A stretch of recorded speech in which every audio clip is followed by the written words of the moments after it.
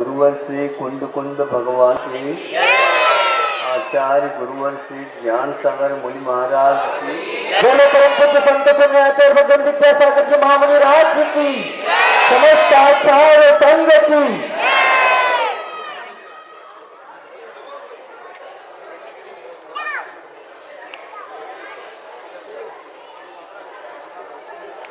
हम अपने विकास करना चाहते हैं। किसके माध्यम से करना चाहते हैं? ये बहुत सारे वैभव है, इनके विकास में हमारा विकास हो जाएगा।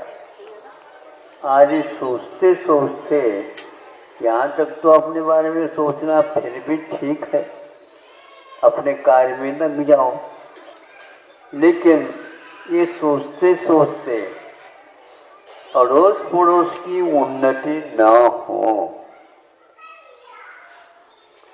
क्या आप अपनी उन्नति तो चाहते हैं, किंतु उनकी उन्नति नहीं होना चाहिए, क्योंकि उनकी उन्नति होने से हमारा महत्व कम हो जाता है ना। ऐसा मन में आता भाव, ये अधर्म भाव माना जाता है। जिस प्रकार आप अपने बारे में सोचते हैं, वो भी अपने स्वयं के बारे में सोचता होगा। यदि वो भी मान लो आप जैसे दूसरे के विकास न हो ये सोचने लग जाएगा, फिर दोनों के पास धर्म नहीं रहेगा। आचार्य कहते हैं हमारा हित दूसरे के हित के बारे में सोचने पर भी आधारित है। दूसरे का हित हो ये सोचेंगे, हम स्वार्थ त्याग कर रहे हैं, पर के बारे में सोच रहे हैं। यदि पर के बारे में सोचना है तो उनके भी विकास के बारे में सोचो।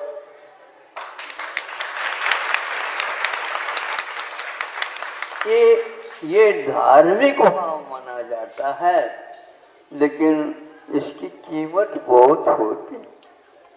कितनी है कीमत? ये तो जीवन को भी आप बेच दो तो भी यह मिल नहीं सकता। आपको चाहिए, मुफ्त मिल रहा है, कोई पैसा खर्च करने की आवश्यकता नहीं। अड़ोस पड़ोस में सबका हित हो। जब सबका हित हो इस प्रकार सोचेंगे तो अपना हित किसमें होता है? इस प्रकार के सात्विक भाव रखने से गुणिषु प्रमोदक कहा है।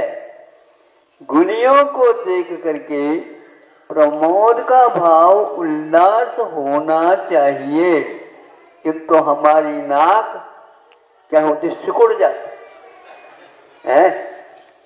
दूसरे की बात करते हैं तो महाराज सिर दर्द होता।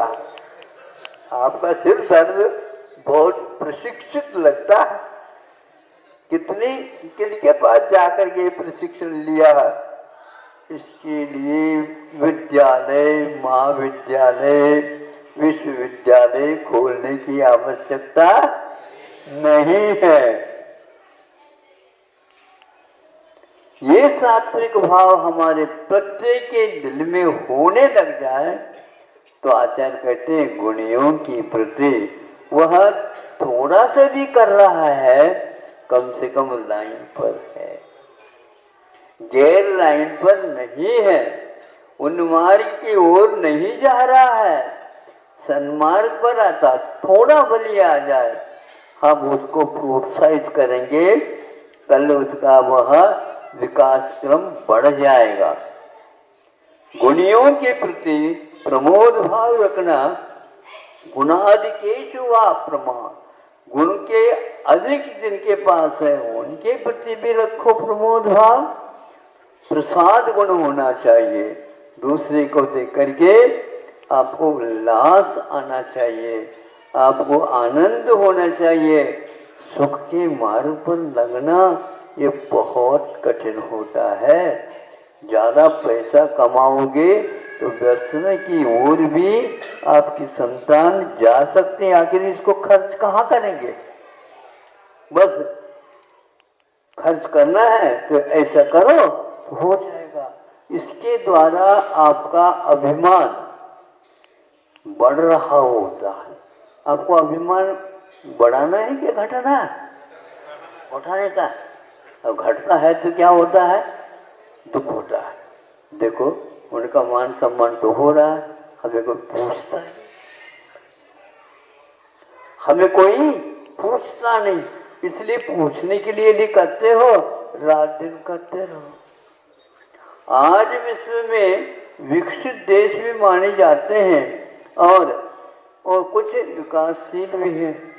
विकसित वाले हमेशा हमेशा सोचते हैं हम विकसित ही रहे, किंतु इनके यदि विकास नहीं होगा तो आप क्या सोच रहे हैं? बिल्कुल गलत सोच रहे हैं, क्योंकि इससे धर्म क्षीण हो जाता है। धर्म के विकास के लिए वहाँ चंद्रमा का उदय चाहिए। सागर उमड़ जाता है, बढ़ जाता है, क्यों? चंद्रमा का उदय हुआ है। पूर्ण चंद्रमा जब उदय को प्राप्त होता है तो उसमें ज्वार भाटे आने लग जाते और अपने आप ही वह नीचे की ओर भी जाता है। ये उसका स्वभाव है। धर्मात्मा का भी स्वभाव होना चाहिए। दूसरे के विकास में हमारा कुछ सहयोग नहीं है तो हम उनके लिए असहयोग प्रदान नहीं करना चाहिए, यानी उससे विपरीत कभी सोचना नहीं चाहिए, चर्चा करना नहीं चाहिए और शरीर के द्वारा भी इस प्रकार की चेष्टाएं नहीं करना चाहिए।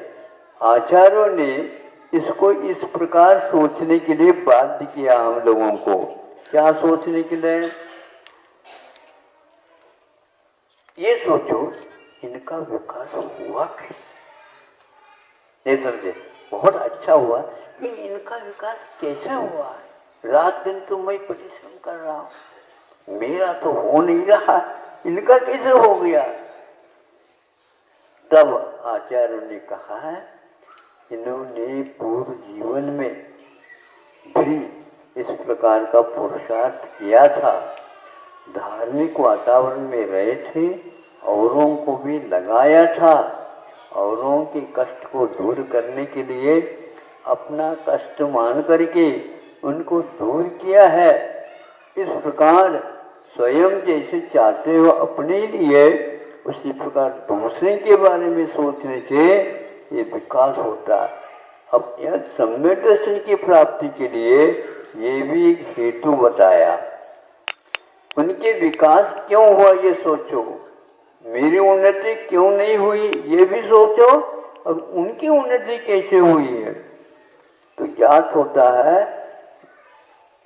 देवर्षि दर्शन लिखा, देवों के रिद्धियों को देख करके दूसरे देव जो छोटे हैं उनका विकास मेरा क्यों नहीं हुआ? हम दोनों एक साथ तो वहां पर काम करते थे, एक ही काम था हम दोनों का, एक ही दुकान थी हम दोनों की, सब कुछ होते हुए इनका विकास क्यों हुआ और मेरा क्यों नहीं हुआ? जैसे तीर्थंकर उनसे लड़ने के लिए गया हो, ये बताओ, वो कहते हैं बिल्कुल ठीक है, उन्हीं को पूछो या स्वयं अपने आप ज्ञात हो जाएगा तुमको कि इन्होंने समझाने हमें समझा तो रहे थे लेकिन मैं समझा नहीं, वो काम किया ही नहीं, मैं क्यों करूं, मैं अपने आप में विकास करूं, तो वह छोड़ दिया उसने। और आज आपके समकक्ष होकर के भी ऊपर के कक्ष में बैठ गए, चले गए, और ये गलती मेरी है, उनका तो हमारे लिए सहयोग मिल रहा था, मैंने उसको ठुकरा दिया। उस बात को लेकर के आचार्यों ने कहा सम्यक दर्शन की प्राप्ति के लिए धर्म के बारे में आप सोचो, और दूसरा जो सत्कार कर रहा है उसके बारे में सोचोगे तो अतीत में हमने ऐसा कुछ किया ही नहीं, बिना किए ये कभी भी परिणाम नहीं निकलता। रात दिन बच्चे ये करते हैं तब प्रथम श्रेणी में आते हैं, उस समय आप खुर्राटे लेते रहते हैं, है क्या नहीं? आराम के साथ। अभी परीक्षा बहुत दूर है, अभी परीक्षा बहुत दूर है, दूर है। आंखें बंद कर दो तो सूर्य उगा नहीं, ऐसा भी लगता। आंखें तो खोलो ताकि सूर्य का दर्शन हो जाए। सुबह सुबह नींद अच्छी आती है, तो वह उठाते हैं, अलार्म की घड़ी वो भी उठाती है, तो उस बटन दबा देता है, क्योंकि थोड़ा सा और झपकी ले लो। लेते लेते लेते जब देर हो जाता है तब माँ कहती है उठता है क्या नहीं, तो वह ठंड का दिन है मान लो, भगवान के अभिषेक बाद में कर लेंगे, कर लो अभिषेक, तो अपने आप उठ जाता है। जाएगा कब, भोजन आदि कब करेगा, विद्यालय जाना। तो यह बात बाद में समझ में आ जाती, हमने अध्ययन किया नहीं और परिणाम की ओर देख रहे हैं। फिर बाद में लिख दे पेपर में, गुरुजी कृपांक भी होते हैं, और तुम्हारे ऊपर कौन कृपांक करेगा? दक्षिण में कृपांक के लिए कहते थे कृपा तो होनी चाहिए, बिल्कुल ठीक है, एक आध हो गुण तो उसको डाल जा सकता। अंक जो है आपको इसमें मिले उल्टी जुड़ो ऊपर से 33 नंबर नहीं मिल पा रहे हैं, और फिर भी हम प्रथम श्रेणी वाले आए हैं, वहां तक चले जाएं। कैसे जाओगे? आज लगभग हवा यही चल रही है। आरक्षण का परिणाम हमने कुछ अध्ययन में नहीं किया, लेकिन यही आता है कि हम अंक चाहते हैं लेकिन बिना परिश्रम के। तो देवर्षि दर्शन आपको याद करना है। अन्य एक देव दूसरे देव की रिद्धियों के बारे में सोचता है, वैभव के बारे में सोचता है, शरीर की कांति के बारे में सोचता है, अध्ययन के बारे में सोचता है, तो वह निश्चित रूप से इन्होंने किया है और हमने कुछ भी नहीं किया है। इस अपरिश्रम करोगे, परिश्रम नहीं करोगे तो कभी भी आप खाया हुआ जो अन्न है उसको पचा भी नहीं सकोगे। हाँ, बच्चों को ज्यादा पैसा मत ले लाओ, किंतु उसको परिश्रम सिखाओ तो वह अपने आप पैसा पचा दे। हम भी करना जानते हैं, बेटा इतने दे दो आप दुकान खोलो। नहीं नहीं, हम जाएंगे बड़े नगरों में और कमा करके दिखाएंगे कमाई ऐसी होती। हाँ बेटा, अभी तो पहले देख तो क्या हो रहा। एक पाई नहीं तुम्हारे पास, हमें देने की कोई आवश्यकता नहीं, हम ही खड़े हो जाएंगे। कर्मठता चाहिए, ये सिखाओ उनको, श्रम सिखाओ उनको। ऊपर से कोई कृपा नहीं होती, कृपा तो उन्हीं के ऊपर बरसती है, भगवान की कृपा। कौन? तो स्वयं अपने आप को संभालता है। तो संभालता है तो फिर दूसरे को संभालने की क्या आवश्यकता है? थोड़े बहुत हाथ लगा दो, ठीक है, लेकिन परिश्रम तो अपने को करने, क्योंकि अपने पेट में जो डाला है वो तभी पच सकता है जब हम मेहनत करेंगे, जब हम पुरुषार्थ करेंगे, जब हम सात्विक भाव करेंगे। यदि कषाय भाव रखेंगे तो खाया हुआ पचता नहीं। क्या होता? क्रोध के साथ, मान के साथ, माया के साथ यदि आप भोजन आदि करते हैं, निश्चित है परिणाम निकलता है तुमने ऐसे ऐसे भाव किए इसलिए तो ऐसा ये पचा ही नहीं और पच सकता ही नहीं। जब खाया हुआ अन्न यदि नहीं पचेगा तो घर में बहुत मेवा मिष्ठान है, वो किनके लिए? आप लोगों के नसीब में नहीं है। अरबपति भी खरबपति भी है, लेकिन बहुत अच्छे खाते होंगे पीते होंगे। अच्छे क्या, दवाई तो अच्छे खाते, भोजन अच्छे नहीं कर सकते। गेहूं नहीं खा सकते, शक्कर नहीं खा सकते, घी नहीं खा सकते, दूध नहीं ले सकते, कौन से रह गए आप बताओ? सभी तूप घी तो कह दिया, ये सब नहीं खा सकते, नहीं खा सकते, फिर क्या खा सकते हैं? तो डॉक्टर लोग कहते हैं गम खाओ, यानी दुख का सेवन करो। दुखम सह निद्रा, इस प्रकार मूलाचार्य में पाठ आया। जितने आप दुख को सहन करोगे उतने ही घुट जाओगे, शक्ति आएगी, परिश्रम करने की क्षमता आएगी, अन्यथा ऐसे बैठे रहोगे। महाराज ये बेटा चल नहीं पा रहा है, आपने चलाया नहीं तो कैसे चलेगा? लाड प्यार ज्यादा करने से वो चलना भूल जाए, अपने आप चलेगा। वहां पर जाकर के बैठो, आप बेटा स्वयं नहीं उठो, अब खिसकेगा, खिसकता आएगा तो अपने आप एक बार उठ करके बैठना भी चालू कर देगा, अपने आप गति आ जाएगी। इसी प्रकार उसको पाला जाता, पोषा जाता कि तो जब वह युवा हो जाए उस समय उसको कहा जाएगा तुम अपना संभाल हुआ, ये घर ही तुम्हारा है, मेरा यहाँ पर कुछ नहीं। इस प्रकार आप परिश्रम की ओर देखोगे, आरक्षण अपने आप ही समाप्त हो जाएगा।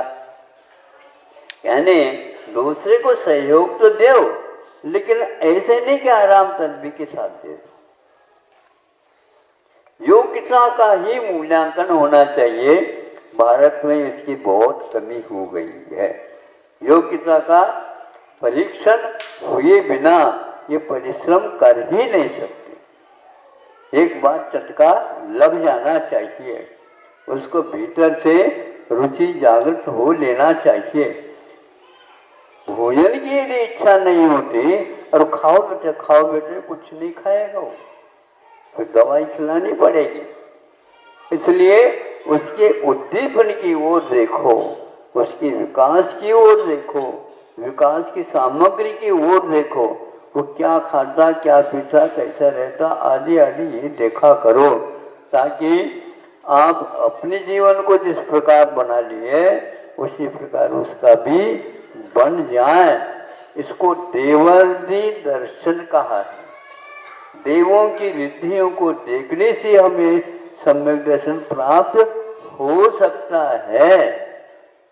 इसका अर्थ दूसरे व्यक्ति जो अपने कार्यों में व्यस्त हैं उसको देखने से भी हमें अपना बोध हो जाता है और उसी के अनुसार हम चलते ही हैं। ये भेड़ चल नहीं मानी जाती, किंतु ये एक लाइन से होने से अपने आप ही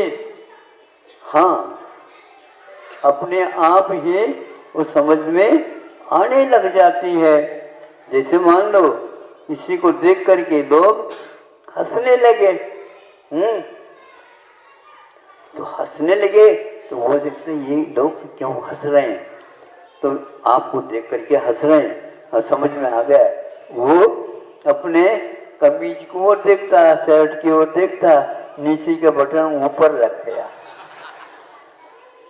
अब बोलो भूलोगे ना, बाजार में निकलने से पूर्व में देख लेते, ये हंसते नहीं, फिर उसको देख करके कई लोग अपने आप को संभाल लेते हैं। आप बहुत अच्छे हैं, देवर्षि दर्शन को याद रखिए। दूसरे की उन्नति क्यों हुई है, इनको वैभव क्यों मिला है, इनको कांति क्यों नहीं मिली है, आदि आदि सोचने से अपनी गलतियां सामने आ जाती है, आना ही चाहिए। और यदि मान लो दूसरा व्यक्ति आपकी गलती को बता देता है, परम मित्र मानना चाहिए उसको। हम अपने दोष को नहीं पहचान पाए और यह जो है हमारे लिए बता दिया, ये बहुत गुरु माना जाता है इसको। शास्त्रों में कहा तुम तो हमारे लिए गुरु बन गए, क्योंकि मुझे समझ में नहीं आता था, लेकिन आज आपने बताया। अपनी आंखों में कुछ गिर जाए, सही बताओ कि भाई इधर आ जाओ, इधर आ जाओ, इधर आओ, जल्दी आ जाओ। क्यों, क्या हो गया? मेरी आंखों में क्या गिर, देख लो। तुम्हारी आंख अब मैं देखूं? उस आंख को कह देना क्या गिरा है, देख ले, निकाल ले। अपनी आंख में जो गिर जाती वस्तु उसको दूसरा ही दिखा सकता है, निकाल सकता है। इसलिए आप दूसरे के लिए सहयोग दो, दूसरा आपके लिए अपने आप ही सहयोग देगा। इस प्रकार दोनों के विकास कार्यक्रम प्रारंभ हो जाएंगे। आज तो 2-3 मिनट ज्यादा हो गए, आप अच्छे भाग्य करके आए हो आज। ये तो 15 मिनट ही रुकता था, बहुत अच्छा। आज के इस विषय को देवर्षि दर्शन के माध्यम से हमेशा याद रखना और जो साथी संगाती हैं उनको भी बता देना। अहिंसा परमो धर्म। जय परम पूज्य संत शरण आचार्य भगवान विद्यासागर जी महामुनि राज की